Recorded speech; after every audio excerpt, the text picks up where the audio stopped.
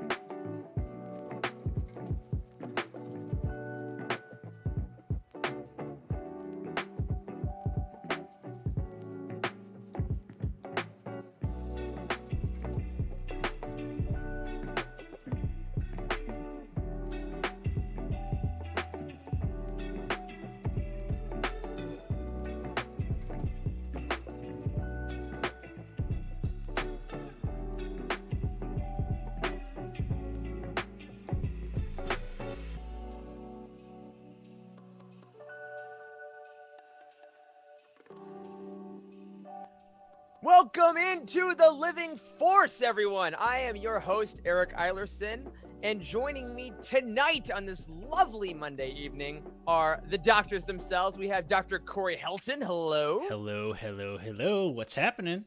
Oh, not much. The same thing we do every week, Corey. We also have Dr. Charles Henkel. Hello there, guys. Super excited to talk about neurotransmitter affection and their intergalactic rival boy band, Jocasta New Kids on the Block. Absolutely. With a surprise look at Coda there for all our friends watching in the chat live. Yeah, it's Coda's birthday, guys. Wish him a happy birthday. Coda, happy birthday. He's two. He's two. Birthday boy. Terrible twos. Well, happy birthday, Coda, you little buddy. We love you so much. And someone else that loves Coda even more than you, I might say, is Wes Jenkins, our man in the chair. What's up, man? What's up? I finished the book, everyone. Can you freaking believe it? Now I can talk about it.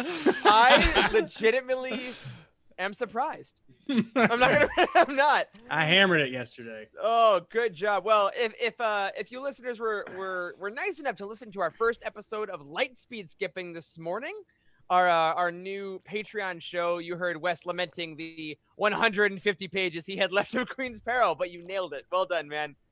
Thanks. But everyone else, if this is your first time joining us tonight, welcome. You've just found one of the most inclusive and positive fan communities in the history of the galaxy. If you're new to reading Star Wars, you got to check out utini.com for reviews, reading guides, and everything you need to dive into and explore the Star Wars Expanded Universe. We have a vibrant online community, which you can join by heading over to utini.com/discord, and a Patreon jam-packed with hours of extra content at patreon.com/utini. We host this very live show on Twitch every Monday at 7 p.m. Eastern Time, and the audio podcast version is released on Thursdays for patrons and Fridays for iTunes. Thank you to everyone in the chat right now for joining us. Let us dive in. Hi, guys. I missed you this week. How you been? Are you talking to us? Yeah. Are you talking to somebody else? I'll talk to you right now, Talking Corey. to the chat? Oh, Corey, man. hey, Charles, West, shut up. Corey, how are you, man? I'm you good, been? baby. I'm so glad you Oh, asked. I'm so man. glad. Oh man, it's been a pretty good week. I'm done with obstetrics for a while, so no more babies to deliver. Charles, I'm sure you will appreciate that. Are you still doing OB, Charles?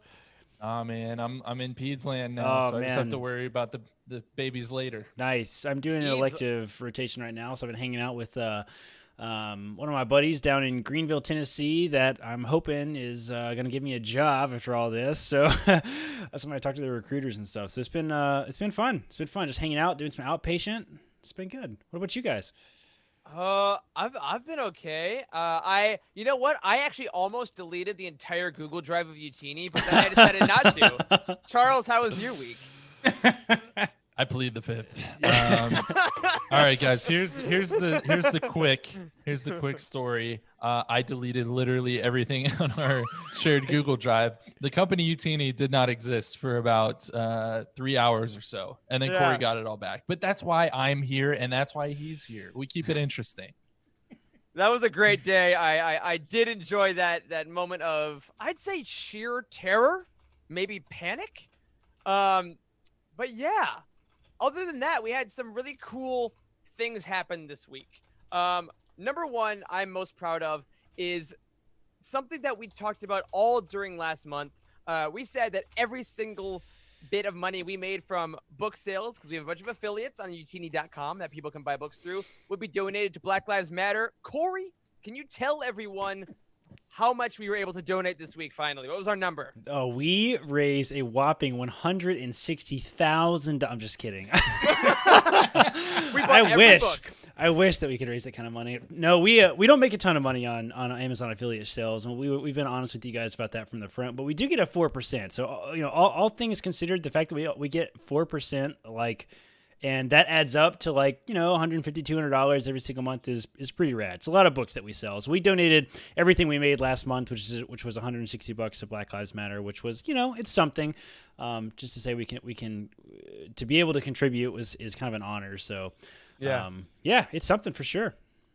Yeah. And everyone that bought a book through Utini and helped us out last month, thank you so much. But it keeps on going. So you don't just have to buy Star Wars books. Donations are going every single day. So if you can help, definitely head over to those places and do so.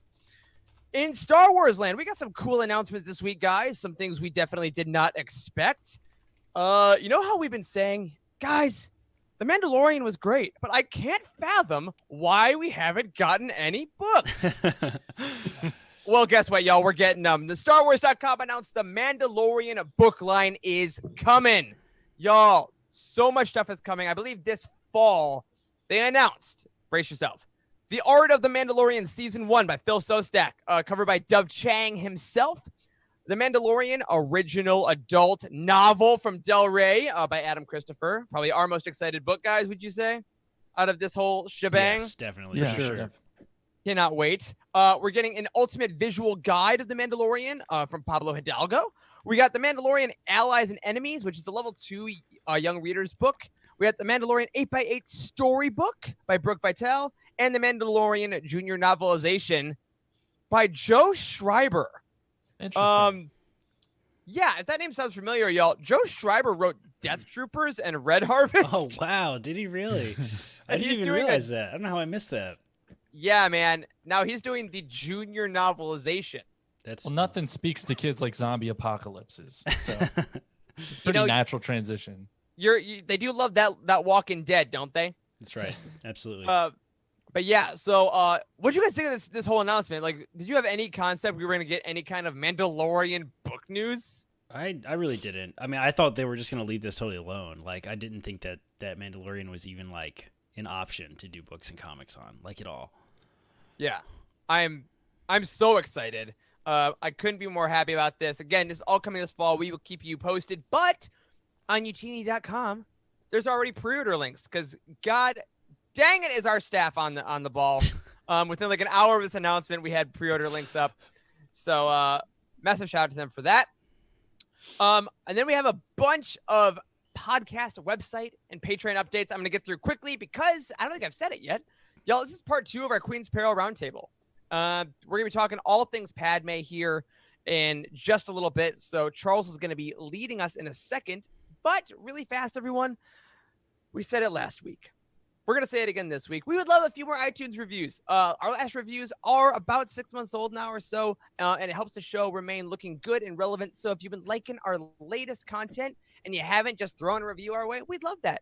5 stars or, don't leave a review, I guess. Those are the options. If you're a longtime listener and you've been supporting us, we love you. We thank you so much. But anywhere you get your podcast, if you can put some stars up, that would be great. Guys, next week, I wanted to announce to our friends here on Monday night, we have a special guest coming for our first ever live show guest, and it's a pretty cool one. I don't know if y'all have heard of this person. They have a decently successful YouTube channel. They like starships a lot. We will be welcoming Star Wars Explained himself, Alex Damon, onto the show next Monday. Very excited. Yeah, I'm very it's gonna be excited about that. That is fantastic. Yeah, I'm excited about that too. Alex is he's a really cool guy. I mean, they've won all kinds of competitions. He obviously his YouTube channel is incredibly successful. We worked with him actually a long time ago, back when we were still selling books, like book boxes and stuff. And he did a little bit of advertising for us on his YouTube channel, which is pretty cool of him to do. Do that totally for free. So him and Molly are both really cool, really fun, really kind and welcoming members of the community. And like, I'm super excited to have him on the show. So maybe we can win him over into like becoming part of the Utini fam. We'll see. Yeah. Well, you know what? The thing is, Corey, within 3 minutes, we got to hire him to do something, right? That's the way. That's pretty much how we do it, right? Pretty much how we do it. Absolutely. Well, come on Monday night, next Monday, 7 p.m. He'll be coming on to talk all things Shadowfall. He's a huge fan of Alexander Freed. If you haven't checked out his review of Shadowfall on the channel, you got to check that out. And Starships, maybe a little Lego love as well. Next review, Corey, I bolded your name here in the outline because we teased this reveal last week, but now let's show it to the people, shall we? Yes, absolutely. So, guys, we have a bit of an announcement this week. I know that you guys have been anxious to see what the Utini merch line is going to look like, and we have done incredible work. And by we, I mean exclusively Jose. A lot of you guys, absolutely. A lot of you guys know Jose by Joxy in our Discord, and he has done an absolutely incredible job designing some really, really professional merch for us. I mean, we're really trying to move away from kind of like Star Wars designs and move into like we want Utini, our brand, to be more of a lifestyle brand. Like we believe in positivity in the community. We believe in reading Star Wars books. We believe in inclusivity and just everybody getting together to love this thing that we love so much.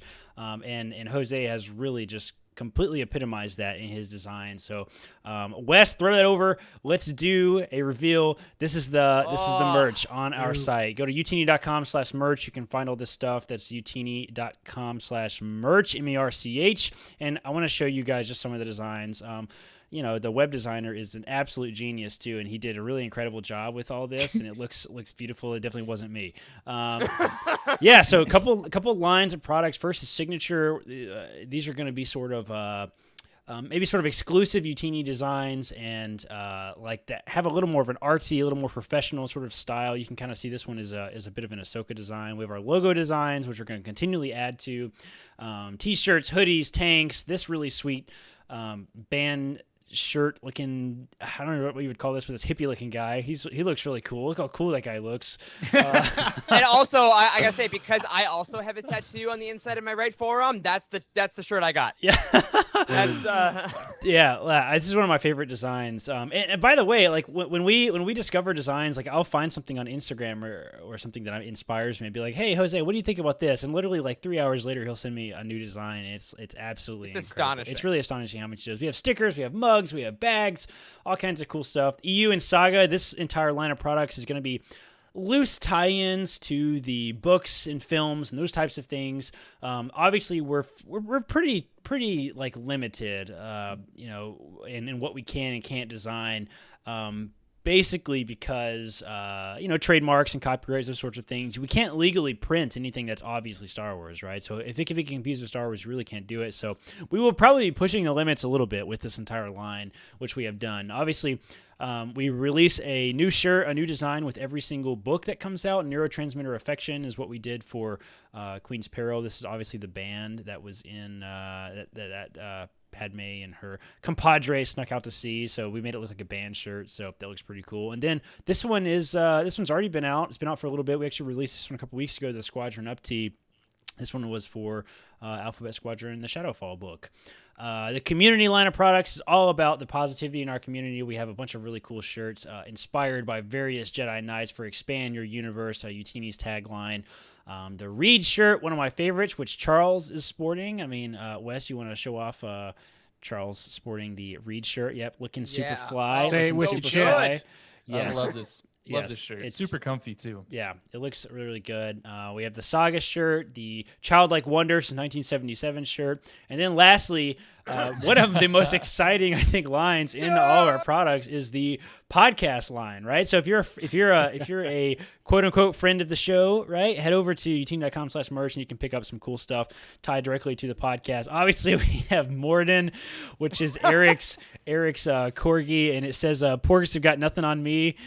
Super smooth shirt. Eric, you're sure you're gonna have to buy that I'm one. so proud. I've never been more proud. That shirt is on its way to me right now. Yes, I can't wait. Absolutely. And then another shirt, maybe one of my favorite designs actually on the entire site, is the Legends Look Back shirt. It was so artfully done, inspired by Thrawn. So, Jose, you've done an absolutely incredible job of designing all this stuff. I can't wait to see what else you have up your sleeves. I know I've already seen a lot of the stuff that's already in progress, so I'm like blown away that you have so much talent. Like, thank you so much for all the hard work you do, Jose. You're an absolutely crucial member of this team. And man, go buy some awesome merch from utini.com/merch. Absolutely. And Corey, tell me if I'm wrong, or try to remember if I can't.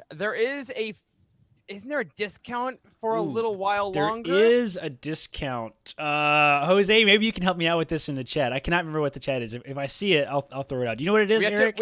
I know there's 15% off. I'm vamping because he has to catch up with the video, and That's then he right. puts it in the chat. All right. So if you use Squad 15, that's SQUAD 15. Then you get 15% off your merch. Now, this ends tomorrow, so these are only for y'all that are watching live Monday night. This code is good through tomorrow, Wednesday or Tuesday. It's been a long day, y'all. Through Tuesday, you can get 15% off. So if you're all hanging out, we would love that. Yes. Now, for you listeners of the podcast, when this does come out by the end of this week, we will continue running a discount. We're going to do 10% off for all of the podcast listeners. So that will be Squad 10. So we'll do 10% off for all the podcast listeners. I hate you missed the live show, but we like to reward our live folks with something a little extra. So even though the live show ends, Squad 15 will end tomorrow, we'll do Squad 10 through, I say, the end of next week, something like that, probably. So head over, get some merch, represent. We're excited. It looks good. Absolutely. And when you get all your merch, you can go on to Twitter and Instagram, #UtiniFam. And remember, follow us at Utini_US. We are going to be posting all kinds of discount codes and all kinds of things about future content up there as well. All right, last couple things before we get back into Queen's Peril. We have 2 big foundational guides I want to make you guys aware of. Our best Star Wars books of all time and our best canon novels of all time articles have officially been published over on utini.com. If you head over to Utini on the home page, if you scooch on down that page, you're going to find a little thing that says top lists. And in there, you're going to see our links to our best books of all time, our best canon books of all time. These are, gosh, we've been working on these articles and guides for months and months. They have extensively been researched. There's links to book profiles. There's order links. There's reasons why we love these books and things like that. So if you want to find your next read or you want a great resource to help out a friend of yours, we have those up for you. Additionally, today, I think literally an hour ago, we published our latest book reading guide collection for Sabine Wren. I know Juliana, who's in the chat right now, is a giant Sabine fan, as well as a lot of other folks on our team. So if you want more Sabine in your life, there is an official collection for her on our reading guides list. And last announcement before we get to our Patreon stuff, Corey, July 15th is going to be a giant freaking day for Utini. Can you tell me why? Oh, man, our YouTube channel is finally going live July 15th. We have so much incredible content coming down the line. I can't wait to share that stuff with you guys. Some of our first videos are going to be pretty straightforward content that you guys are already familiar with. We're going to talk about canon versus legends. I think we're going to dive into the comics a little bit as well. It's very going to be very much like teaching sort of content that's very similar to the utini.com website, but depending on our success there, we could certainly expand to more exciting and interesting topics. So book reviews, guides, all kinds of cool stuff that you guys are already used to hearing from us. You will see that stuff over on our YouTube channel. And that is, I don't think we have the custom URL yet, so you probably just have to search for Utini on YouTube. Yep. So, but we'll have that coming to you when we get a URL. You'll be the first one to know. And just so you guys know, this channel is new talent. This is not going to be me, Corey, Charles, West. These are brand new video people that some of you may have seen in Discord around, but they are brand new faces that have done astonishingly good work behind the scenes, and we cannot wait to introduce you to them in the middle of this month. All right, last few things. Patreon. We have released this morning a new podcast show called Lightspeed Skipping. This was one of the silliest things we've ever created at Utini. This show was something that me, Corey, Wes, and Jared from Legends Look Back, who's also in the chat right now, we got together and we picked a random book and we read a random page out of it, and hijinks ensued. So I don't want to spoil too much about the conversation, but it's very loose, very shot from the hip. And it's for our $5 patrons and above to make up for Bounty Hunt being gone for a while. And I think you should go check it out. It's some of the most surprising fun I had in a long time. So definitely go check out Lightspeed Skipping. Legends Look Back, though, speaking of Jared, dude, I love you. I'm talking about you all the time this episode. Released a That's No Moon Death Star focused episode last week. It's in your Patreon feed. And of course, every single Wednesday, Charlie and I are still talking about Star Wars Rebels on the Ghost Crew. We're making our way through season 1 right now. We're talking all about Harrison, Dula, Lothcats, and fascism. So definitely go check out that show whenever you can. Now, if you were looking to buy any of the books we've been talking about and you want to help support this show, look up your book on utini.com, click any affiliate link on the profile, and we'll get a couple bucks to help keep the lights on, help get actual lighting for more video content, and all other sorts of things. As a reminder, the books you can order right now include Star Wars Dark Legends by George Mann, released on July 28th, Poe Dameron and Freefall from Alex Segura coming on August 4th, The Clone Wars Stories of Light and Dark from a bunch of authors coming August 25th, and Thrawn Ascendancy Chaos Rising by Timothy Zahn on September 1st. All right, y'all. You know how this goes. We're skipping book reviews because it's a roundtable episode, and I've already taken up way too much of Charles's precious time. Charles, are you ready to ask us more piercing questions about Padme Nabari? How could I say no to an intro like that? All yours, buddy. Yeah. Let's do it, y'all. Let's jump in. If you guys remember from last week, we kind of ended on overarching questions. So that's where we're going to start off. So kind of my first question to get us warmed up here is, now that you've all finished the book, how did it compare to Queen's Shadow for you? What did it do better? What did it do worse? Are you happy we got this story? Where do you want to go from here? All of it. Well, Charles, here's the thing about this book. We're missing one very important thing. Bail Organa's not in this book, Charles. And I want to say that. I want to get that out of the way so then we can leave it here. So by that virtue, Queen's Shadow is a notch above.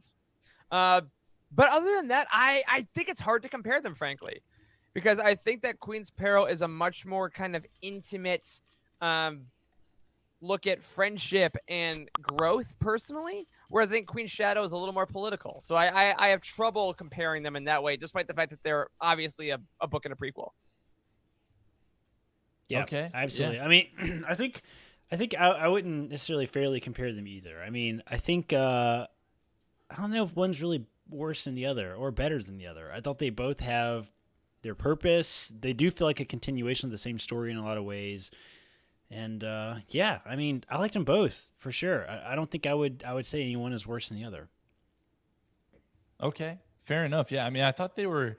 It was weird. They were like very different books to me, even though this was obviously a prequel to Queen's Shadow, and yet each served their purpose really well. So let's get into a little bit more of what that was and talk about some Naboo politics, y'all. Oh my gosh, yes, please. Yeah, I mean, we've gotten a lot of details from over the years from when the prequels first came out, but we were left to kind of conjecture about a lot of it. But we get some information in this book that we never knew before.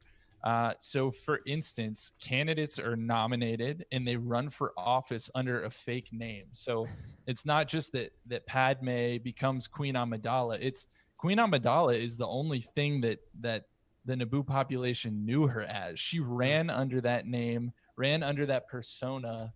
No one knows that she's Padme. Yeah, that is a very interesting touch on all of this, which I found kind of odd. Like what happens when if you lose, right?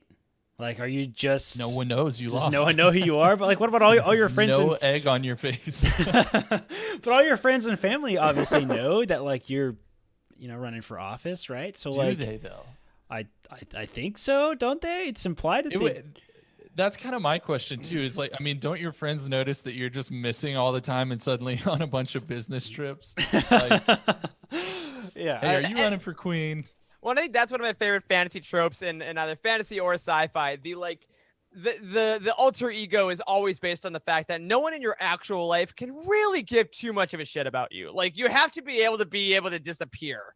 You know what I mean? Like, there has to be some believability that they wouldn't notice you're not at social events. Or here's another question, guys. Is there a possibility that the Naboo culture respects the process so much that they're all basically willing to turn a blind eye? They're we all know Padme Naberi is is Queen Amidala, but we will pretend not to because we respect the office. Well, I'm not sure I would go that far to say everybody's in on it, right? Because it's a planet, not planet-wide. It's a planet, which is a whole other thing in Star Wars, actually. By the way, it's just like everything is in the context of planets. Like, think about that for a second. Yeah, Earth organizing that. Can you imagine? Can you imagine if Earth had a queen like that? That's just, it's kind of outrageous to think about in a lot of ways. We got 4 guys on a Zoom call, and that takes like a week of planning. I know.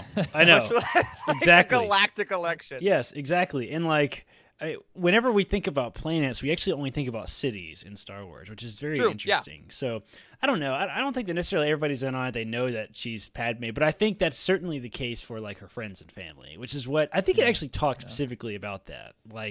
I think her parents were having a party during the announcement of the election. Yes. The results, but right. And they weren't openly talking about, yay, congratulations to our daughter for becoming queen, but everybody knew, right? And they just didn't talk about it, which is so interesting. I mean, can you imagine the social experience of just being at the party and not being allowed to talk about what the party is for?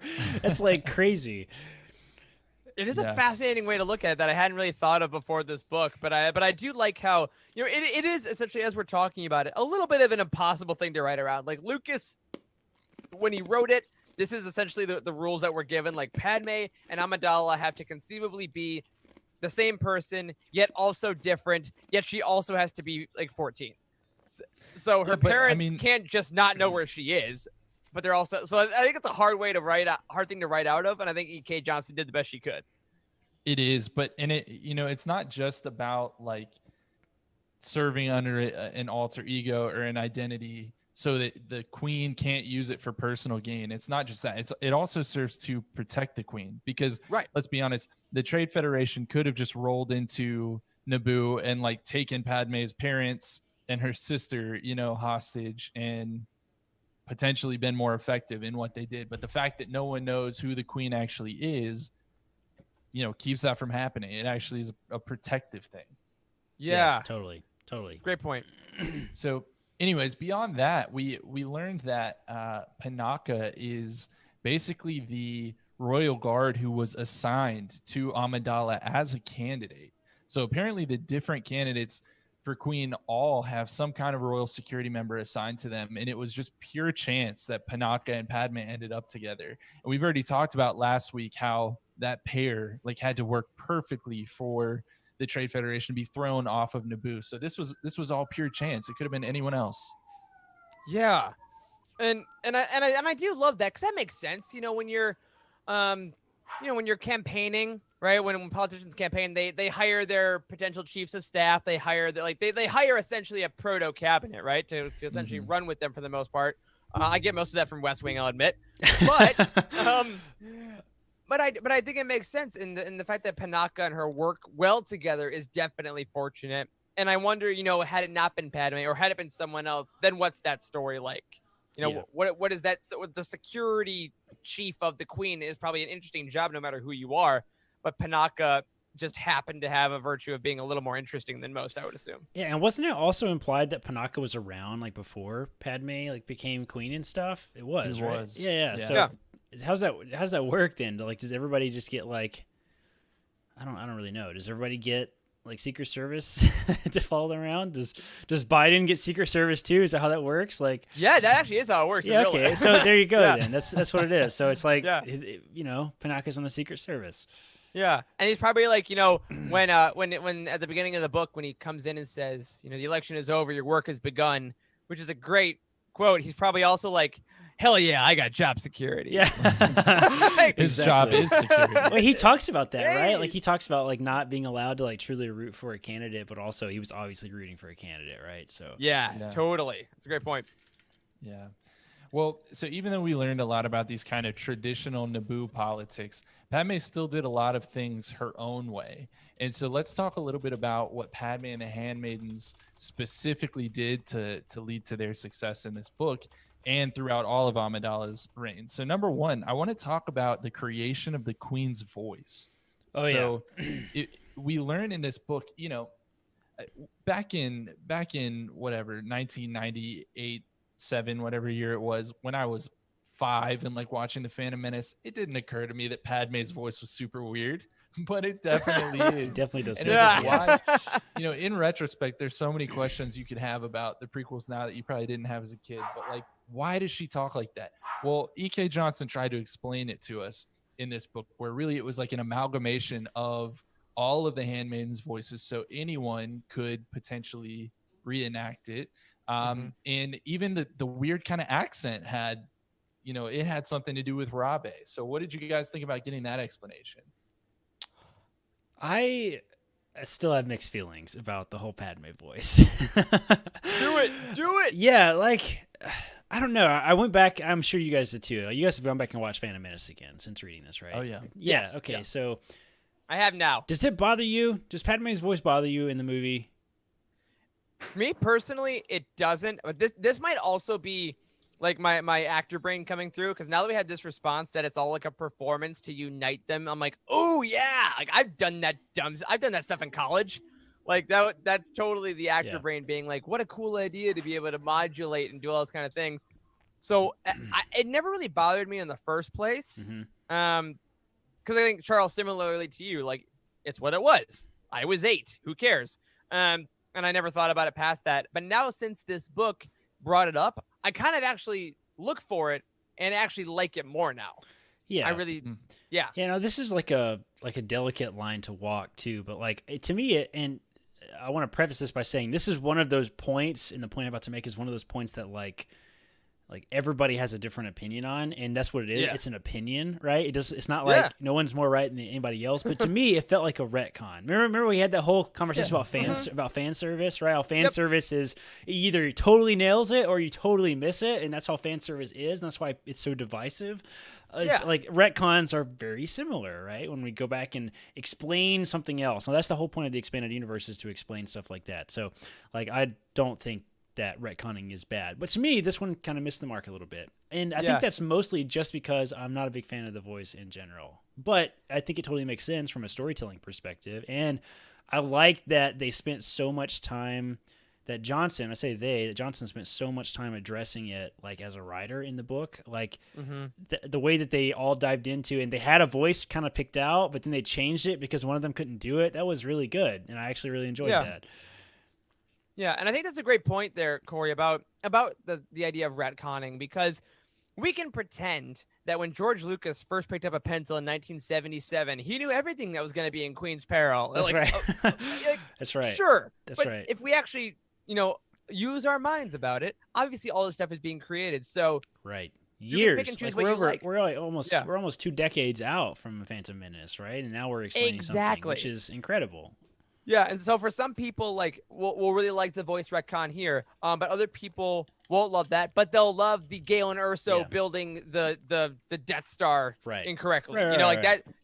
So you can pick and choose what you like, and all the expanded universe is doing is building out on that. Totally. So that's a great point. And I love that. And I will say that, like, while I don't necessarily enjoy Padme's original voice, I really do love the explanation, and I think that this is how we make the movies more enjoyable. This is how I got my wife into Star Wars, right? This is how I got her into watching this with me, because we'd be watching one of the films, and I could point out, be like, this character, like, you see that guy in the background? That's Dengar, right? He's a bounty hunter, and in the books, he, like, dragged Boba Fett out of the Sarlacc pit, and that's how he survived, like, after Return of the Jedi. And those kind of details are what makes the movies fun, and I think that's really what sort of, I know we don't gatekeep at all, but I think that's what takes you from being, like, really into the Star Wars films to, like, really being a really true Star Wars fan, is, like, you care about these extra behind the scenes details and stuff. So I think I've never been a huge fan of the Phantom Menace. We all did our book review or our book list, like, recently at UTini, and, like, it's very close to the bottom for me.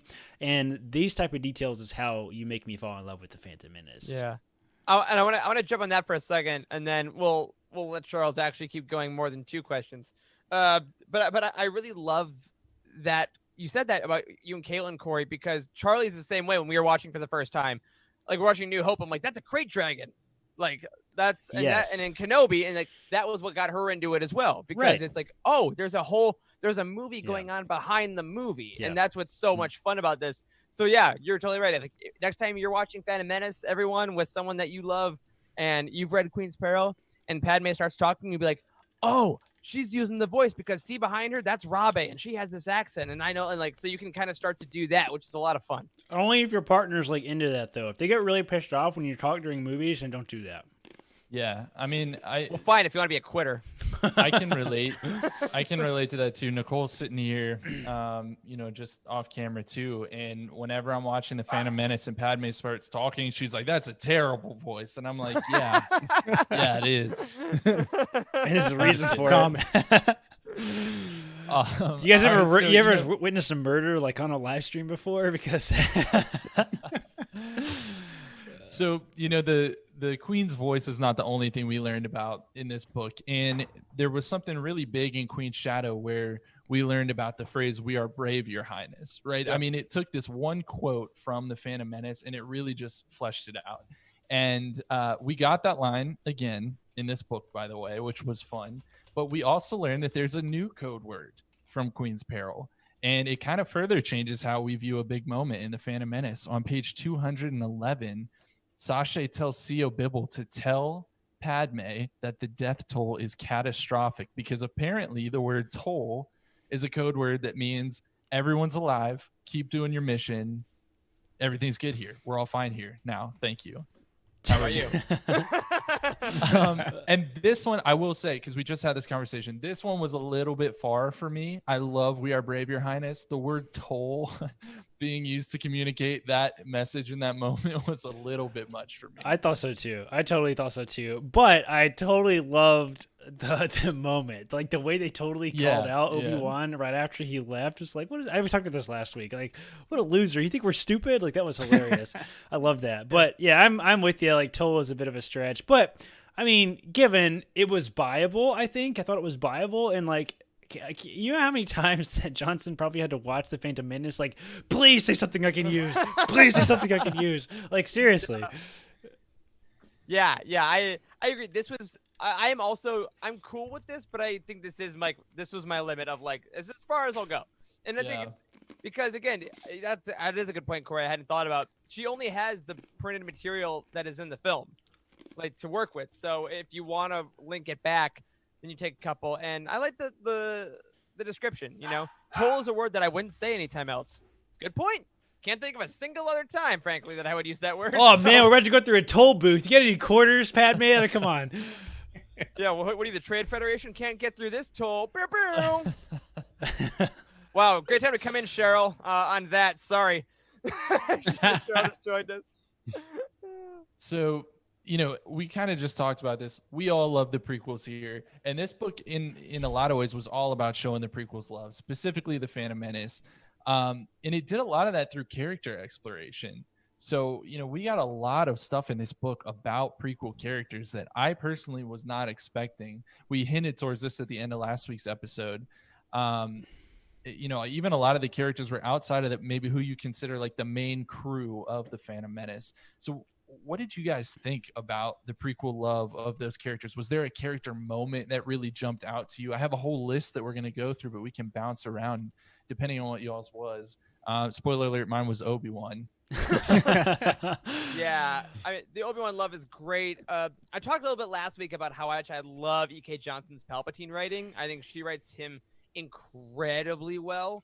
So I know we'll hit a few of those moments, but I also want to highlight the little like one sentence bits she gave to Anakin throughout, like, you know, and then somewhere on a sand planet, a little boy saw an angel. It was like, really sweet. And then the Anakin Skywalker really liked flying. Like, they're cute, they're little one-line throwaways, but they allow you to remember in a story that is decently dark at times and decently serious, that there's still this childhood wonder that the 9-year-old Anakin Skywalker has about the universe. And I really love that. Wasn't it in kind of real time, like as the book was? So I thought it was a good way to, like, you know, take 1 second to be like, this is where we're at in the film. Like, continue watching the film in the back of your mind. This is where we currently are. That's how I interpreted it as. Great point. Yeah, like this is the moment where we're at, and I do kind of wish they were a little bit longer, like more than just a sentence, maybe. But I thought it served the purpose of you know, timelining. Yeah, that's a really nice point. Actually, I hadn't thought about that. But let's talk through some of these characters. I have a lot of quotes here. We can kind of run through these moments and see what y'all think. And let's just go ahead and start with Palpatine, Eric, because I have some of his stuff handy right here. So on page 15, we have the quote, "His face was bland, politely interested in what was being said around him. It was not an uncommon expression in the Senate hallways, but Palpatine perfected it a long time ago. Soon enough, he would step into the spotlight and his colleagues would see that blandness drop away. But that would also be an act. No one ever saw his true face, the pure anger that burned him, but they might someday." Whew. I mean, that gave me chills when I read it. Yeah. I mean, God, prequel Palpatine is so creepy because he's got that, like, that creepy uncle energy the whole time. Like, oh, hi, my dear. I was so afraid that you little 14-year-old wouldn't be safe. Here, let's talk. Like, it's very, gosh. It's creepy, but also it is so polite and practiced and political. And man, he's good at it. Yeah, I want more of prequels era Palpatine. I think they're going to intentionally avoid, like, the Plagueis story, like, because we already have Plagueis. So, like, I think that book has a better chance of kind of in a lot of ways existing as a closely canon Legends book, right? Like, Man, I saw you walking that tightrope just there. Oh my god! I know, like they're never ever going to declare books canon. Like, if we've said that 1,000 times on this show, they're never going to do it. But I think that Plagueis is one of those books that, like, I really don't see them just straight up like overriding all that timeline. Maybe they will. I don't know. Yeah. But I kind of doubt they will. I kind of doubt that they're going to leave like the legend of Darth Plagueis kind of as the book itself. So I don't know if we will ever get a lot of prequel era Palpatine. I would love to see it. I don't know if we will ever get it. I want to see the day where he learned the spinning trick. I want to know. Get out. What day of Sith training was the spin? Actually, if you scream at them, Jedi Masters will just forget how to sword fight for 3 seconds, and you can just mow them down. I want to know what day he learned that. All right. Well, anyway, moving forward, I'm still sad about that scene. I So, Johnson also commonly would have like a Palpatine scene in this book, and then it would be followed by a Sidious scene. And it was a really nice way to kind of represent that dichotomy. It's always really interesting to see, I think, authors who've done this before consciously refer to either Sidious or Palpatine, depending on the scene and depending, on exactly what they want to depict. Almost like making us buy into that fact that everyone else doesn't know that they're the same person. Right. Yeah, man, that was dope. That was awesome. I totally agree. It reminded me a lot about in Thrawn Alliances, how you have the Vader and then Anakin scenes where it's like he thinks of himself differently, of like where he talks about the Jedi in his past, and he won't consciously think about the fact that it's the same man. Right. But this one I also did like, because I mean, when you think about it, Palpatine is such a perfectly crafted persona, and Sidious is such a perfectly crafted persona that they can be separate. And I earnestly wonder if the way Palpatine thinks in his head shifts, Oh, I'm sure like it does. How deep is he? Oh yeah, I'm sure it does. Like, he's got to be like, he's an actor, Eric. I mean, you know this. Like, oh yeah, he letters it, and he goes too deep. Yeah, like he just. I think that's what happens. Exactly, 100%. Ooh, I didn't like that. I didn't like saying that. I don't feel good about that. Well, let's keep talking about Palpatine to feel not good about more stuff. So, yay! On page 219, we learn about a statue that Palpatine has called Yonta Prime. I thought this was fascinating. And correct me if I'm wrong, I don't remember learning about the statue before. But it was basically made of obsidian. It absorbs all light, and he is pretty much thinking about, where am I going to put this once I'm Supreme Chancellor, which is pretty baller. It's like playing The Sims in real life. I love that. Like, also, okay, it's my also new apartment. It's totally a testament to how far ahead like Palpatine's always thinking. He's like, all right, Yeah. so when I'm Chancellor, right? It's all in the grand plan, right? Yeah. Well, and there's some really interesting already lore around the statues that are in Palpatine's office. So I don't know if you guys have ever kind of gone off the deep end and seen the statues of the 4 sages of Duarte that are I've heard that are about in this. his. Yeah, and so they're in the background. If you go back into like Legends material, they were basically some of the earliest lawmakers in the galaxy, and a lot of the Sith bought into their ideals. And actually, Yeah. I mean, Snoke's honestly, ring- man, who doesn't know about the 4 sages of Duarte? I mean, have you seen the film? This is why we're here. This is why we're here. No, really fun fact. They're like the big gold, like robed statues in Palpatine's office, and Snoke's ring in The Last Jedi has glyphs from those same sages. Wow. So just kind of like That's fun pretty- little that's ties pretty there. deep. Yeah, if you really go into it, there's a lot of stuff to love about prequels, sequels, all of them. Is it in the Plagueis novel that his lightsabers were like stored inside of one of those statues? Yes, think it that- is. Yes, yeah, it it's is. either that or I think it was a Labyrinth statue. of Evil. Or it maybe was one of something. those, I wonder yeah. if this is. It's a like, statue. It wasn't the same one, because I had that exact same thought, Corey, and I feel like I went back and checked, and it's not the exact same thing. Like, it wasn't ripped straight from Legends, but it was very much what canon is doing. Totally. Is like taking a Legends idea and then slightly altering it, because he definitely did like put his lightsabers in a statue in Plagueis for like decades. Yeah. So that was really fun. And I'm all about that kind of lore. So I hope we get some more of that. But we also learned about some other Sith Lords in this book, or one other at least. Darth Maul. He got some love. I've got a couple quotes to throw at you guys from page 98, because what a page that was. I hope one day we get to that on Lightspeed skipping. So We might.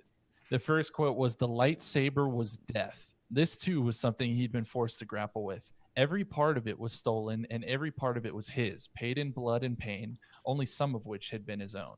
Oh my So, gosh. whoa, where is that story? He's apparently stolen every bit of his lightsaber, every Yes. individual piece, for sure, by like murdering Jedi. Like this was intense. I love that for so many reasons. One, I love that for a lore reason, but two, I love that because E.K. Johnston in one sentence gave someone else a job. Yes. Yeah. Because like absolutely. that story didn't exist, and now she's like, actually, wait, we need an entire book about that. Yeah, absolutely. What a cool thing to add to like Maul's lore. That's just a subtle little tie-in. And honestly, you asked earlier, Charles, like who was the favorite like character, and this was Maul for me. Like the tie-in, yeah, to Phantom Menace, because all the stuff that Maul had to do in this book, it was very small, but it was epic, and I really enjoyed it. And yes, give me a canon Maul book. Isn't Jared always saying on Legends Look Back that like, what's the Maul Legends book that's so freaking good? Lockdown? Is it Lockdown? Like, or Shadow Hunter? It's one of the two. yeah, one of the two. There's two Legends books that are all about. Wait, hold on. Legends. All right, now Jared should appear in the chat. Yeah. Yes. No, I agree. He had some of the best moments, and he was such a cool character, and he died so There it is. prematurely. And spoiler alert, he when he comes back in Clone Wars, the material is so good. So Yeah. maybe we'll get some more down the line. But we've got another quote from page 98 that says, "If asked, Maul would say he feared nothing. He was wrong." So what does Maul fear more than anything in y'all's minds? Palpatine, Rejection. Sidious, of course. He definitely fears his master. We see that in the Clone Wars, but Yeah. I don't know. I think he fears being abandoned. I think that all of his Clone Wars arcs, are built upon the idea of abandonment and built on the idea of a master of some sort or an ally leaving him alone. Because I think we see that in the Phantom Menace, like Palpatine never went after him to find if he was okay. And then he lost Savage, and then he's constantly trying to find an apprentice, constantly trying to find a partner, someone like that to like keep going. So I think after he's being ripped away from Dathomir to start, like the whole time he's afraid Palpatine's going to cast him out because he's not good enough. So I think he's constantly afraid of being alone. Yeah, absolutely. And he's relatable for that reason. I mean, aren't we all terrified of like going into the dark alone and realizing that no one was there and no one actually cared in the first place, and that everything we've known about human connection is just a fallacy? Don't we all think about that every night? No, that and having to have spider legs is a Yes. close second. Yeah, sorry. Also spider legs. So great point. I love that. Yeah, I agree. I think insignificance, that's kind of his biggest fear. All right. That's also the biggest fear of this podcast. Yeah, of course. It's feigning an insignificance. And spider legs. Okay. page 228. We got another moment that I had to talk about. So Darth Maul apparently specifically chose the area with the power generators to fight Qui-Gon and Obi-Wan in the Royal Palace during the Battle of Naboo. So, his logic made a ton of sense in this scene where he's talking about, I'll use these catwalks. I'll basically minimize the directions they'll have to attack me from because there's two of them, one of me, etc. But now we learn that he even plans to like separate the Jedi using those force fields that were on a timer. And I got to say, I thought the idea itself was so cool that he was like thinking that far ahead. And that shows you like, okay, Palpatine trained this guy, because that's a total Sidious thing. But at the same time, I was like, he definitely tests the force field with his lightsaber in the fight in the Phantom Menace. He doesn't know that thing is going to stop lightsabers. Like, there's no way in heck. I feel like there's stuff in the movie that tells me this is not true, but it's fun. And I couldn't decide how I felt about it. That's a great point. I totally forgot about the moment where he tests the force field with his lightsaber. But yeah, no, he does. And I think that moment there is kind of like the Ahsoka's lightsaber is going from green to blue in the Ahsoka novel, right? And in the flashbacks, where I think obviously when it was made, that wasn't the intention, but we have to decide then, and this can be different for everyone when you read a book. Is this moment cool enough for me that I will allow this slight discrepancy to exist, or do I think that this is trying too hard and it's actually making some things not make sense? And I think there's a different question. There's a different answer for everyone. Personally, I really enjoyed the moment. It didn't take me out, but I can totally understand that you're right. There is evidence that he clearly hadn't, didn't know about the laser shield generators. I don't know. What do you think, Corey? Do you think that Maul, like when Maul was stalking out the place and figuring out like, this is where I'm gonna fight them. This is where the fight's gonna happen. Do you think that makes sense, given that? No, I don't. He totally okay. I did. Okay, I didn't talk about it. I didn't really buy that very much either. Like, I don't know. I felt like that's my. If I have any minor criticism of Johnson, is that she's not really great at writing really nitty gritty action scenes. Like, I think I actually complained about that a little bit with Queen's Shadow previously. Is that like there was that one action scene at the very end of the book, and it felt kind of rushed. It was very short, and it just wasn't that great. So like if there's any area that I think that she could improve a little bit on, it would be maybe writing some nitty gritty action scenes. And everything else she's written is fantastic. So what a small criticism. But yeah, seriously, I just didn't really feel like that was very realistic. And I don't know. I did like that he ran through the little the laser wall door thingies like to time it. Like that was kind of clever. I thought that if that was how it was gonna go out, it would at least be clever. But like I didn't get it doesn't. After I watched the film, it didn't feel like it made sense that it could have been planned. Exactly. I do like the idea though that he was standing behind that door waiting for them, being like, this is going to be so damn rad when it happens. Yeah, exactly. I will look so awesome. Yes, and he's just exactly. like waiting for them. That's fun. But yeah, I hear that. I think it's, again, pick what you like, move on if you don't. Easy peasy. Yeah. Okay, well, let's talk about the other people, that were involved in that fight. And, my favorite character, Obi-Wan and Qui-Gon. Yes! So, page 47, guys, Obi-Wan thinks to himself, it was, after all, important to avoid absolutes. Yeah, Anakin. Great moment. I like the idea. What if this was the first time Obi-Wan ever thought about that? He's like, you know what? It's a real good idea to avoid absolutes. Listen. And then later on, he's like, oh, I remember back when I was 20.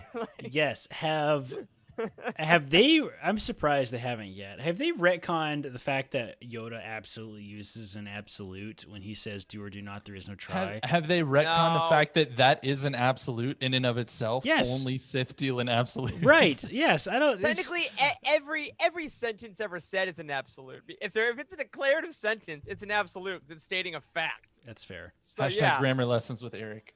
Welcome, new Patreon exclusive podcast. Only Jedi High Council. Great grammar lessons. But yeah, well, it's a bit odd.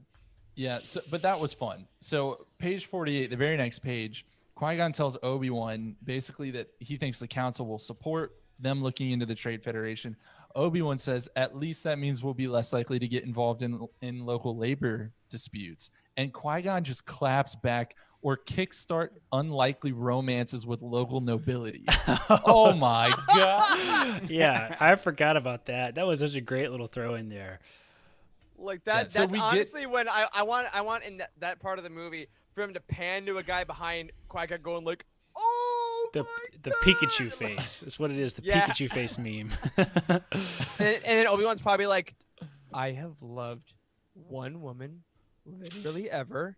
Could you not? Yes. Could exactly. you back off? Just to be clear, we're talking about Obi-Wan and Satine from the Clone Wars. Like, yes. Yeah. That's absolutely what that was a reference to. In Master and Apprentice, correct me if I'm wrong, Qui-Gon has totally had a little tryst of his own in the past. I don't remember that. Qui-Gon did? Qui-Gon he had a romance. I don't remember that detail. Rail Avros talks about it. Yeah, so I definitely think that it's got to be, was Qui-Gon being tongue-in-cheek. But yeah, Charles, no, that was a moment of just like, it's the rapper and the battle drop of the mic and everyone's screaming. It was great. Yes. Yes. It was solid. It was really great. Yeah. So on page 216, while on Tatooine, guys, to go from a funny moment to one that really hit me in the feels, Qui-Gon and Jar Jar apparently volunteered to sleep on the floor in Shmi's hut when they were staying there in The Phantom Menace. And there's a bit about Padme who gets up in the middle of the night to go get some water, much like Cindy Lou Who, another one of the greatest books in the history of the world. Iconic. And we get the line, her eyes had adjusted to the dark enough that she could see the outline of Master Qui-Gon sleeping on his side in the doorway of the house, as though he would protect them from anything that tried to come in. And you guys, I kid you not, I teared up when I read this part because I felt like it was foreshadowing the moment that Qui-Gon would fall defending his companions. Oh. And like it just hit me so hard. That's what do heavy. you guys think That's about heavy, that? man. I've not even considered that. I did think it was a cool little touch to make Qui-Gon a more relatable character, which in a lot of ways he was not in The Phantom Menace. Like, I have a new appreciation for Qui-Gon because of Master and Apprentice now, but then, yeah, this was a great detail. I didn't even thought about it that way. That was beautiful. Yeah, that's a beautiful visual representation and a callback 'cause the way he literally dies on his side as though he's sleeping. Exactly. You know? But I do think that Qui-Gon gets a lot, like you said, Corey, from Master and Apprentice mostly, but also in this book, because you realize this is a guy who was offered a seat on the council and turned it the highest council, most respected position in the galaxy, and he's sleeping on the floor of a hut. Yeah. Because he wants to be respectful and like it's a wonderful moment, and that's one thing I like about E.K. Johnston. She does a lot with a little. It's just a little sentence, but it tells us so much about who Qui-Gon is. Yeah, totally. Yeah, beautiful moment. You know, other Jedi Masters got some great moments too. There was a weird conversation between Yoda and Mace Windu in this book. Do y'all recall this? Mm-hmm. Funny enough, back when I interviewed E.K. Johnston earlier, last month now, she said that this was one of her favorite scenes to write because she's like, I never get to write Mace Windu. It was so weird. It struck me. I don't know. It's such an odd moment. I really question, are Yoda and Mace friends or not? Because Yoda was really having a good time messing with him. Listen, until we get a new canon book that's all about Mace Windu, you're really gonna have to try hard to convince me that he's not just a total douchebag. Because Mace Windu, I swear, is just the biggest jerk in all of Star Wars. Like maybe he gets pushed to it by Yoda after what we learned. In this book, maybe so. Yeah, I can imagine they're like in the temple, and he's like, Mace, are you sleeping? And he's just like, constantly like, yes, I am not. Like, I bet that's just totally their dynamic. So on page 104, Mace goes to find Yoda meditating and basically asks him like, hey man, do you sense something or not? Because I feel like we're missing something. And Yoda says, I sense nothing. And then Mace is like, well, you have to sense nothing. And then Yoda's like, open your mind, Master Windu. If sense nothing is, something must it be. Oh, yeah. Classic Yoda. Yeah, like that almost is like an Empire line right there. But yes, he's it just was. Totally messing. I loved it. Yeah, it's like the Jedi version of Who's on First. It's like, what do you say? It's I nothing? get it. Nothing. Is it something? Something is nothing. But what's nothing? Something. Third base! Like, that's all I can think about. Well, and then Yoda basically ignores Mace until he leaves. And, like, that's the end. Yes. It was an odd scene. I agree. It was. It didn't really tie in with everything, but I'm glad we got it. Yes. So we also got Valorum. We got a great moment with Valorum, which I wasn't expecting, where he thinks to himself, it was great to have sensible allies like Palpatine. So, you know, what another great moment of how well you can write Palpatine, even when he's not, you know, the person that the scene is about, just because of what we know as an audience. Yeah, I mean, hey, you know what? You can always trust an old white guy to put his faith in another old white guy. Ain't that the truth? Can't argue with that. Oh my gosh. I have nothing to add to that. That's perfect. So, okay, let's talk about Shmi and Anakin, because I'll talk about Shmi any chance I get. Absolutely. Not so much Anakin, just sorry, Adam. It's all about Shmi. Yeah. Shmi. You already mentioned some of the lines that really stuck out, Eric, with like the looking up and seeing an angel. That was fantastic. But on page 217, we actually learned that Shmi is a talented mechanic. because when Padme got up to get that glass of water we talked about earlier, she found Shmi actually piecing together the screen that she uses to watch the Boonta Eve Classic. Oh yeah, We've never had any inkling that that's a good she point. had these skills before. I- But apparently Yeah. this is some of where Anakin gets that from. Yeah, I totally forgot about that scene. I found that to be really, really cool, actually, that she was like building that thing. It was Yeah, pretty because he had to learn it from somewhere. Yeah. Like Yeah. Watto's not gonna teach him things. He's just gonna be like, okay, you're good at it. Great. Go die. I don't know. But like Shmi, I like the fact that like Shmi would be up teaching Anakin, you know, with his toys and then with machines and then like I bet she got a few parts for 3PO, honestly. You know, she probably like, you know, surprised him on certain days, like, hey, I found this. Like, I bet there are some really sweet moments there. There probably are. There are some other sweet moments too, like page 262, where Anakin and Sabe actually have a quick interaction. And Anakin thanks her for keeping Padme safe. And she smiles and thinks, what a sweet boy that's totally not going to murder her in the future. Not at all. Never. So, you know, another thing about this book really is that it wasn't just characters that this book enhanced, but it was also a lot of moments from the Phantom Menace. And one thing that this book did really well was make me understand kind of the ferocity of the invasion of the Battle of Naboo, because it's really just been alluded to previously. But this book, you go into the camps, you see that brutality firsthand. It doesn't seem like it's something so much out of a kids movie, which, you know, really is what it is. Outside of C.O. Bibble's comment that the death toll was catastrophic, which now we know was a lie and a code word, you know, we had no inkling. What did you guys think about getting to see more of that?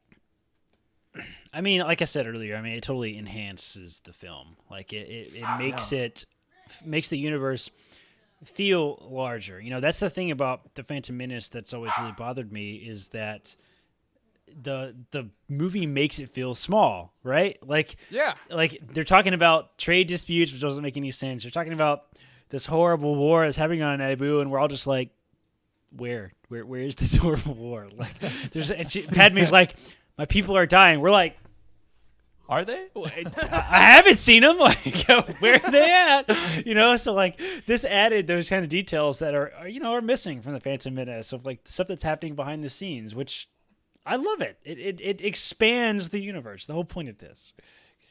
Yeah, I agree. I think that it really did a great job enhancing the brutality of the war. And the one thing I want to add is that it made droids scary. Battle droids have never really been scary. They've been silly, which I like in the Clone Wars. They've been pretty disposable. They're basically there for Jedi to look cool destroying. And what they did with Sasha and the way that they like herded people up and really, you know, oppressed them and made them feel like, you know, I don't know, like actual prisoners of war are really scary. And I think they did a great job there. Joxie in the chat, though, just made a great point. Mr. Bones is scary. Shout out to Aftermath. Mr. Bones, one of the best characters in canon, period, is definitely scary. But this made the moment of, like, you know, their metal hands, like, touching human flesh. Like, they're not caring for people. They don't care about your feelings or about anything like that. They're meant to instill fear and do a job. And I think that she wrote that very well. Definitely. There were two moments right towards the end of the book that had to do with sort of the aftermath of the Battle of Naboo that really stuck out to me. So page 271, we see that the Queen's crest was actually carved into each individual headstone of each Gungan who died in battle. Yeah, right. And that's a beautiful moment. Yeah. I love that, because it's very much reminiscent of, like, World War I, World War II, like all these mass graves. Yeah. And the fact that she did it for the Gungans too, because like you're saying, Corey, there's a lot of stuff about episode 1 that some people can take or leave, and as you get older, some of the kid magic may disappear, like especially with the Gungans have had their share of controversy. But the fact that she treated them like war veterans here, I thought was a really great idea, because that's totally what they were. And knowing that Padme respected them that way and then checked on the graves once a year, really, next time I watched it, I'm like, oh, these men that are dying are war veterans. And I love that weight was given. Yeah. And kind of on the flip side of that coin, we also learned that the droid bodies were made into fence posts and garden trellises and art. And that's like the most Naboo thing of all time. Yes, it is. This is my installation. It's the body of my enemy. Like, epic. Freaking awesome. All right, guys. So let's kind of round this out. I want to talk about the kind of almost epilogue that was at the end of this book. Yeah, sure. We've come to know and love the epilogues in the recent canon installments. That a lot of times are just scenes out of left field, little extra tidbits that have nothing really to do with the rest of the book. And in a way, that's kind of what this scene was, because it was Leia kind of out of nowhere. Yeah. It was Leia in the throne room scene at the end of A New Hope. Why do you think Johnston chose to include this scene, and more than that, cap off the entire book with it? I mean, she wants to write a Leia book. Obviously, I'm just kidding. No, but Pitching, baby. Yeah, but seriously though, I would love to see a Princess Leia kind of peak rebellion Leia, maybe written by Johnson. That might be incredible. But I think it was in there just to sort of show the parallel between the characters in a lot of way. Like, we have strong female leadership, and that's what this book was all about, and I loved it. Yeah, and I think the parallel, like you're saying, between Padme and Leia have always been there, right? I mean, mother-daughter parallel is great. The fact that they never met really is such a tragedy, and any way that I think that some writers can take Leia and find shades of Padme is really beautiful, because, you know, as we said on the last episode and recent episodes, Padme's story is cut tragically short. So any way that we can honor her in future material is great. All E.K. Johnson did here was flip that. She honored future story in Padme's life. And I really loved that, you know, beyond showing, you know, her plans at the end of Queen's Shadow. That's how she lives on. And then they show Leia at the end of Queen's Peril. That's how she lives on. Yeah. We got Tim, our Timothy, our buddy T13 in the chat, saying what I'm thinking, Queen's Legacy. That's the third book I want. I think we should be all about that. Because clearly these books show just how much Padme affected those around here in such a small amount of time. And I think that idea is not going away anytime soon. That's going to be in canon for a long while. Just to be clear, they have not named that this is going to be a trilogy, right? No. But it's going to be a trilogy, though, right? E.K. Johnson has been vocal about that on Twitter, surprisingly vocal about it. Because, again, when I interviewed her, I was like, you know, how did the second book come along? And she was very blunt. She said, people bought the first one. And she's like, enough people bought it. Well, this one was on the New York Times bestseller list, so I think there's no question that it's not going to be the money's not there. So is it going to be a trilogy? That's my question. You think it is? I think so. I think that they didn't pitch it that way, and she didn't pitch it that way. But I think that the sales are there, the want is there. So I don't see why it's not. She seems to be able to crank these out pretty damn fast. So I would be surprised. I will say it now. On the Living Force podcast, July 6th, 2020, if we do not have a third Padme book by E.K. Johnston by next August, I will be shocked. Yeah, that's my pitch. Aaron makes a good point in the comments, too. He's saying the artwork makes it look like it could definitely be a trilogy. I totally agree. Yeah, definitely. That'd be a great really point. Sweet. Queen's Legacy is a great name, too, by the way. Yep, that's my favorite one. Queen's Legacy is great. Seriously. What do you think it's going to be? Is it going to be like her as a senator, like peak Senator Padme, maybe? Padme in elementary school running for class president. Has to be. I keep going back. No, I think it could be Padme on a trip back to Naboo, and school trip? School trip. School field trip. I think something's going on with Sabe, or something's wrong with like Rob. Like one of the handmaidens is in trouble, and Padme has to come home. Maybe Queen's Legacy is Sabe, and it's a Sabe book. I mean, I'll take that. So, all right, what I want the most in any medium is Sabe and Bail Organa making Fulcrum. I mean, that is we know that Sabe, that Bail Organa's head of Fulcrum. The Queen's Ghost. The Queen's Ghost. Ooh, that's She was her shadow. Oh my God, that's incredible. We're available, Lucasfilm and Del Rey. Yep. Although Cheryl makes a good point, and so now the comments are lighting up. I love this. Timothy says he wants Sabe and Leia to meet. I think that would be perfect. Cheryl says wants the Padme Anakin romance. Cheryl just wants steamy fan fiction. We know what you want, Cheryl. Which, yes, and but I think that'd be cool. Like, bring Anakin into these books. Like, bring the Anakin Padme Sabe road trip book. Yes. I mean, like, but I definitely think there is something to making it a little bit of a. Now we're totally just pitching future stories, but I love that. That's what this book makes you want to do. I want it to be a little bit like Thrawn Alliances in the following way. Careful. Other than how it's written. I want it to be like a dual story, like one chapter in Padme's era, then flash forward a chapter with Sabe after Padme's death, then back a chapter in the Padme era. So like the two stories are being told concurrently, rather, so that by the end it's kind of like, instead of just one little epilogue with the present day, it's constant throughout, and then the two stories kind of line up. I would love that. Me too. Sounds good. But manage your expectations. Everyone manage your expectations. Assume we will never get another Star Wars book ever again, and you will never be disappointed. You're not wrong. Yeah, man.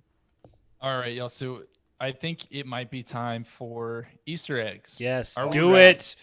Do Easter it. eggs, connective tissue, interesting facts. All right. To start, I want to point out that the name Sabin, spelled Tsabin, Sabe's original name, is actually a Legends connection. Jared probably knows about this. In the Imperial Commando series, there's a character named Sabin Drill who's a jeweler that sold betrothal tokens to Mandalorians. Wow. The more you know. Did not know that. Awesome.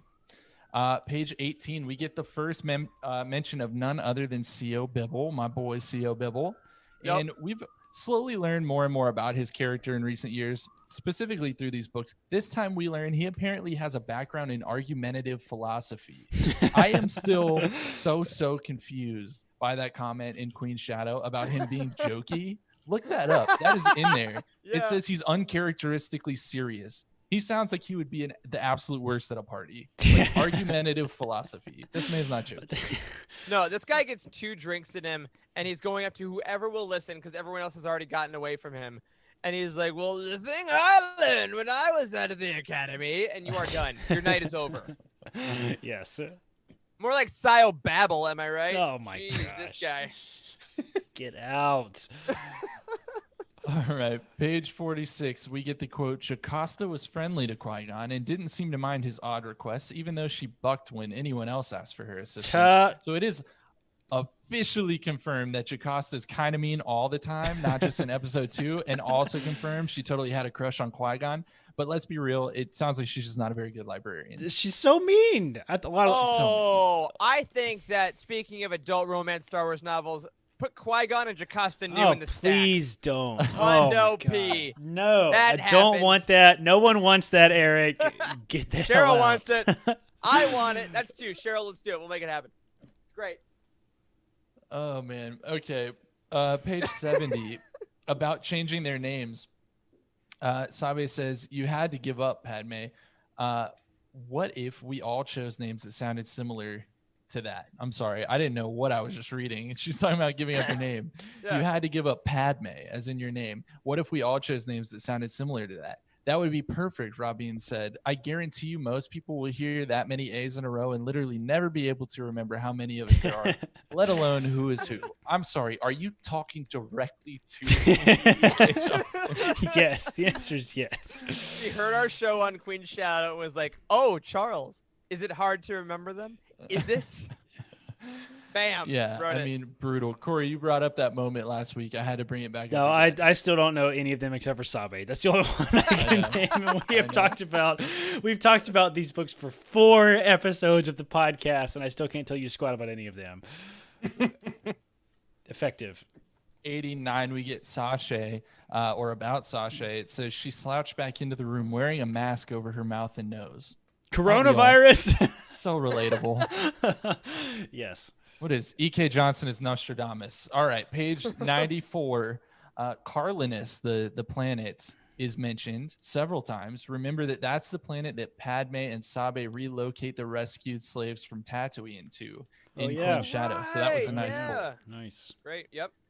Also, same page, the planet Jaffin is mentioned, and that's another small planet in the same sector. But it's also, funny enough, the name of an old king of Naboo, as revealed in Star Wars Complete Locations. So, yes, there were actually kings as well as queens in the old days of Naboo. Awesome. So that's fun.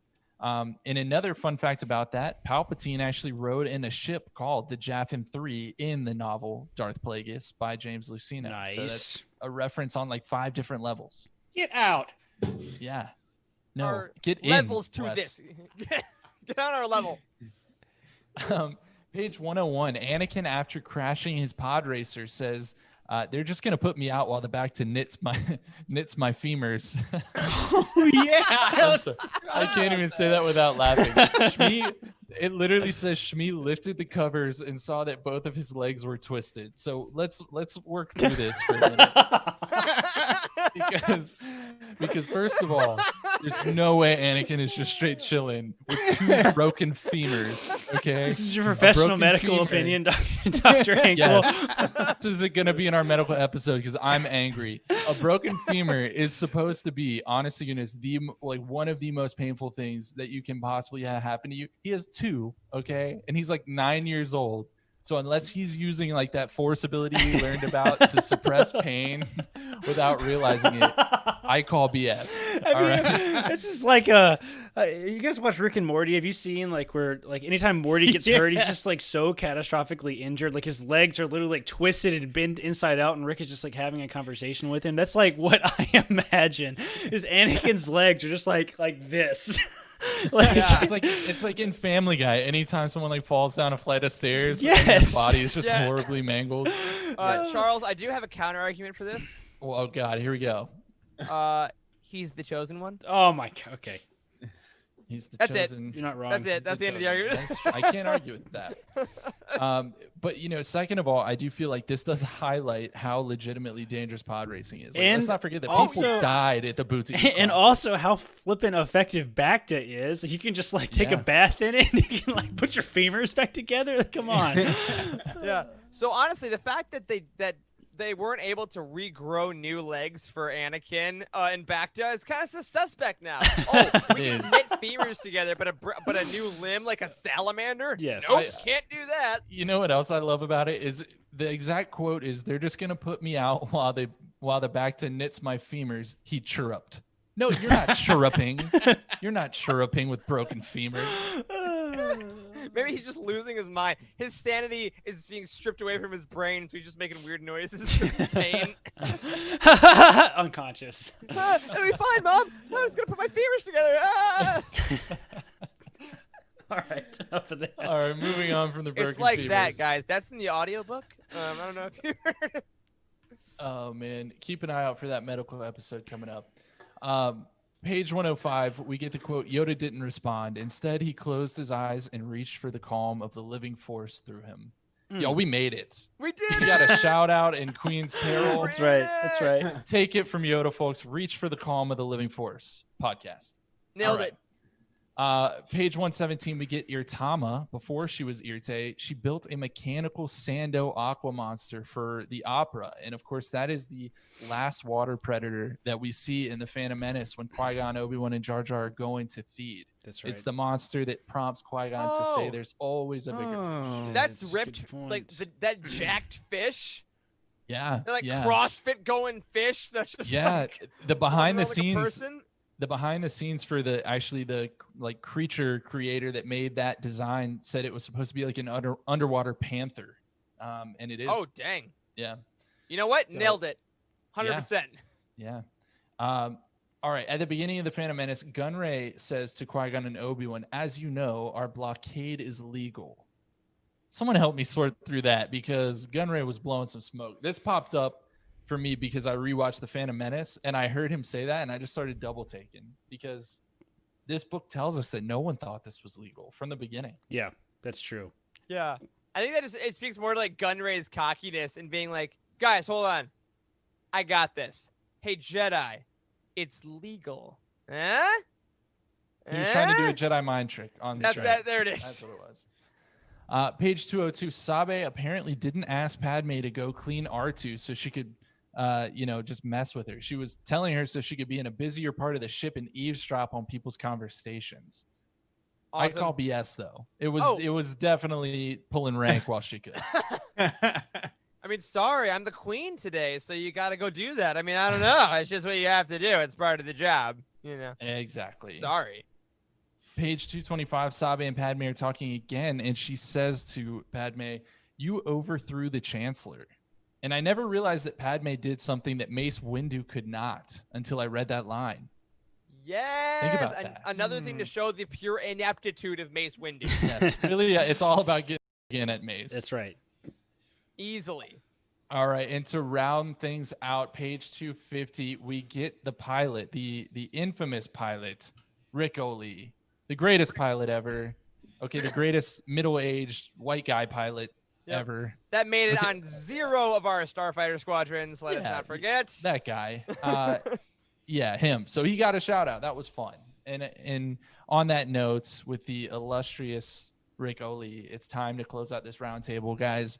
Let's re-rate this book 1 to 10 like we always do. If your score has changed, tell me why. If you refuse to budge, tell me why. And give me any final thoughts that you have. So, Eric, I think I went to you first when we started, so I'll come back to you again.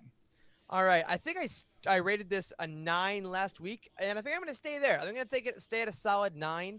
I really enjoyed this book. I really think the character moments are strong.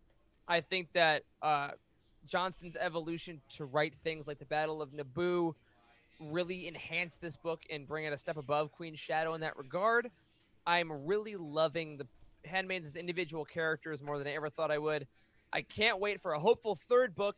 And finally, this book, more than maybe any I've read in the past couple of years, makes me want to go back and watch a Star Wars movie. And I think that at its core, that is one of the most important purposes of the expanded universe. Yeah. So, high remarks. Solid 9. I'm going to stay there. Okay. Corey, what do you got? I think I originally gave the book a 7, 7.5. I think I'm gonna bump mine up a little bit to more like 8. I think I wasn't totally blown away by the book, but I'm totally with you, Eric. I think that it adds so much new dynamic to the Phantom Menace. I think Johnston is an excellent writer. The way she portrays feminine characters and normalizes stuff that has never been normalized before in Star Wars has been awesome. I absolutely welcome that kind of thinking and inclusivity into this community. And yeah, I really enjoyed it. I think it adds a lot to Padme as a character and the Phantom Menace. So I'm with you. Let's expand that universe all the way every time. Yeah. Okay, Wes, what do you think? Having finished the book from last week, I want to go and give this an 8. I'm a sucker for the backstory. Wow. Yeah, man. I'm a big sucker for backstories on the movies, and anything that I can do to say, oh yeah, that's the part where Sabe screwed up and didn't get Boss Nass to buy into her plan, and totally. But Padme kind of ironed it over. But stuff like that really pulls me in to want to watch those movies more. Just as you said, Corey, it enhances the movies. Absolutely. And dude, guys, now I also just realized we have not mentioned we get to now watch Phantom Menace and be like, oh, that's what she's covered in glitter. I see you. Is that man? Is that actually in the film? Is she covered in glitter in the film? No, I don't think so. That would be amazing. I think that's it's a different Special day, edition. How great would that be? Yeah. I agree with the points that you guys made. I'm gonna do something weird that I think I may have never done. I think I gave this book an 8, if I'm not mistaken, the first time through. I'm gonna give it a 7.5. So I'm technically moving down. But interesting. But I do want to make the point. It's not because I don't enjoy this book. I think this book is awesome. I may even like it more the second time through the way that I did with Queen's Shadow.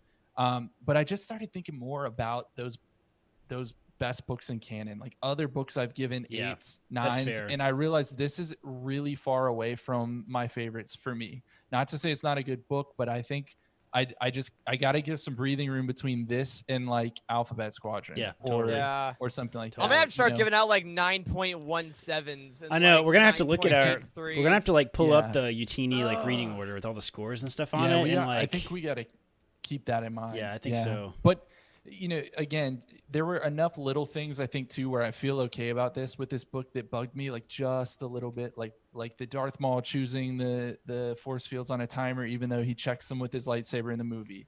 Little moments like that pushed it a little bit too far for me, which is why I think I feel okay about technically moving down. But again, I still love this book.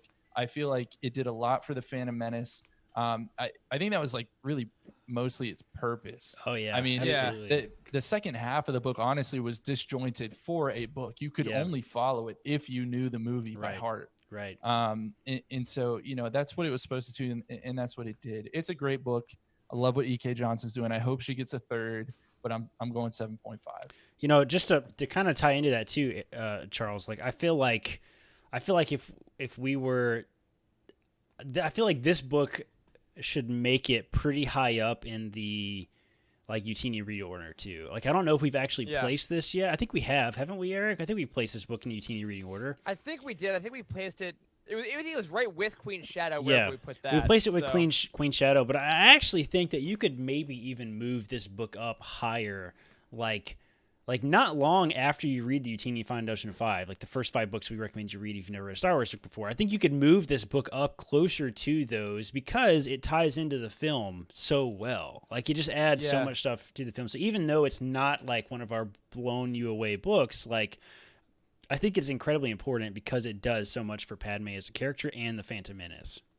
I think that's a great point because we do assume, that if you're reading a Star Wars book, you've probably seen all the films. Yeah. Like that's not always the case. Obviously, we've shared those stories of getting people into the books that have never seen the movies. But man, if you are at all a Phantom Menace, then I think you will. You can't go wrong here. Yeah. Cool. Yeah, absolutely. Definitely. All right, guys, that's it for this roundtable. We got another one in 2 weeks, so get to reading, Wes. I started Shadowfall last night. All right. So on that, a couple of things about that. 2 weeks from tonight, we do have Shadowfall coming part 1. A ton of people have been talking about that in the Discord, so I'm very excited. It's going to be a very different conversation just because it's a very different kind of book. And if you want to get that book or you want to get Queen's Peril, remember you can go to utini.com, look up either one of them. We got book affiliate links there. Pick them up, help us out a little bit in the process, and be ready for the roundtable in 2 weeks. And again, a reminder to prep you for that roundtable next week. Alex Damon, Mr. Star Wars Explained himself, will be here Monday night to talk with us about Starfighters and all things Alexander Freed. And on that, my friends, that is going to do it for this week's episode of The Living Force. If you are already supporting us on Patreon, head over to Discord right now and join the Aftermath After Show video channel to hang out for the after party. Our $5 patrons get to listen, $10 patrons get to join in on the fun. A special thank you, as always, to Cheryl Bell, Drew Ibarando, Alec Householder, and Patrick Ortiz on our Jedi High Council for your amazing support of this show and all things Utini. You can find us on Twitter. I'm at Eric Eilerson. Corey is at Doc Star Wars MD. Charles is at C. Henkel. A special thank you to Matt Davenport, our amazing editor, and Wes, our producer and community manager and host. Thank you to Corey, Charles, and Wes for podcasting with me. Thank you to all of you for watching. And as always, may the Force be with you.